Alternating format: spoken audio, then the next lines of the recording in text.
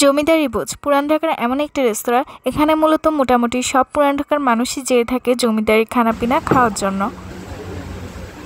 জমিদারি স্টাইলেই এখানে তার একটা বড় ডিশ নিয়ে আমাদের প্লেটগুলো এখানে খুব সুন্দর করে পরিবেশন করছে।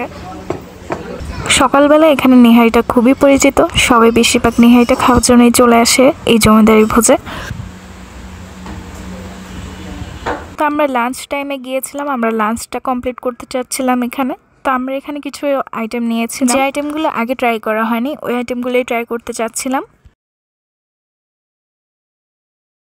তো আমরা এখানে নিয়েছিলাম বিফ শাহী গ্লাসিটা, সম্ভবত এটা তাদের মেনুতে নতুন অ্যাড হয়েছে। সাথে আরও নিয়েছিলাম চিকেন মাসালাম আর কাচ্চি। আমি মোটেও ফুড ব্লগার না, কিন্তু যতটুকু পারি ততটুকুই চেষ্টা করছি আমার এক্সপিরিয়েন্সটা আপনাদের সাথে শেয়ার করতে। মানে তাদের ফুডটা কেমন ছিল। কাচ্চির আলু আর মিটটা খুবই সফট ছিল, টেন্ডার ছিল, মানে ধরার আগেই খুলে আসছিল। বাট অনেস্টলি যদি বলতে হয়, তাদের গতবার যখন আমি কাচ্চিটা ট্রাই করেছিলাম তখন আরও বেশি আমার মজা লেগেছিল কাচ্চিটা।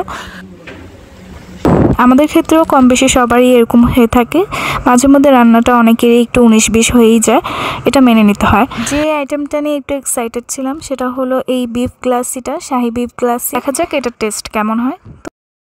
আমি এখানে চাচ্ছিলাম প্লেটটাকে একটু সুন্দর করে ডেকোরেট করে নিতে, তো আমি একে একে সবগুলো আইটেমই নিয়ে নিচ্ছিলাম আমার প্লেটে একটু সুন্দর করে সাজিয়ে।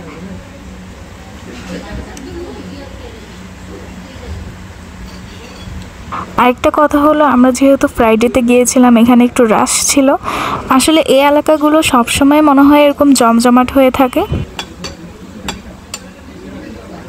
পোলাওর সাথে সালাডটা কিন্তু আমার জন্য একদমই ম্যান্ডেটরি। হয়তো অনেকেই ভাবছেন যে কাচ্চি খাওয়ার পর আবারও এক প্লেট নিয়ে বসে পড়েছে, না, আমি ওটা একটু টেস্ট করেছিলাম, তারপর আমার আরেকজনকে দিয়ে দিয়েছিলাম।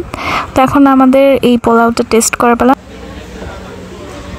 প্রথমেই বিফ শাহী গ্লাসি থেকে এক পিস মাংসটা ছিঁড়ে আমার পোলাওর সাথে মেখে ঝোলের সাথে খেতে যাচ্ছিলাম। একটু ঝোল দিয়ে মেখে আমি পোলাওর সাথে একটা লোকমা করে নিয়েছিলাম। আমাদের বাসায় সবাই ঝালটা একটু বেশি পছন্দ করে। আমার কাছে বিফ শাহী গ্লাসিটা অনেস্টলি একটু সুইট সুইট লাগছিল। আসলে তরকারি যদি একটু ঝাল না হয় খেতে অতটা জমে না, ঠিক আছে না? একে একে সব কিছুই আমি একটু একটু নিয়ে ট্রাই করছিলাম। আসলে সবার টেস্ট বার তো এক না, আমার কাছে হয়তো এটা একটু সুইট লেগেছে, অন্যজনের কাছে এটা হয়তো আর একটু বেশি মজাও লাগতে পারে। স্ট্রিট ফুড হান্টিংয়ের জমিদারি ভোজের রিভিউটা দেখে আমার সবসময় এই মালাই লাচ্ছিটা খাওয়ার খুবই ইচ্ছে ছিল, তো আজকে নিয়েছিলাম। এই মালাই লাচ্ছিটার টেস্টটা ছিল আমরা রোজার সময় যখন লাভাঙ্গা খাই ওই লাভাঙ্গার টেস্টের মতোই। তো ওভারঅল আমার এক্সপিরিয়েন্স খারাপ ছিল না, ভালোই ছিল।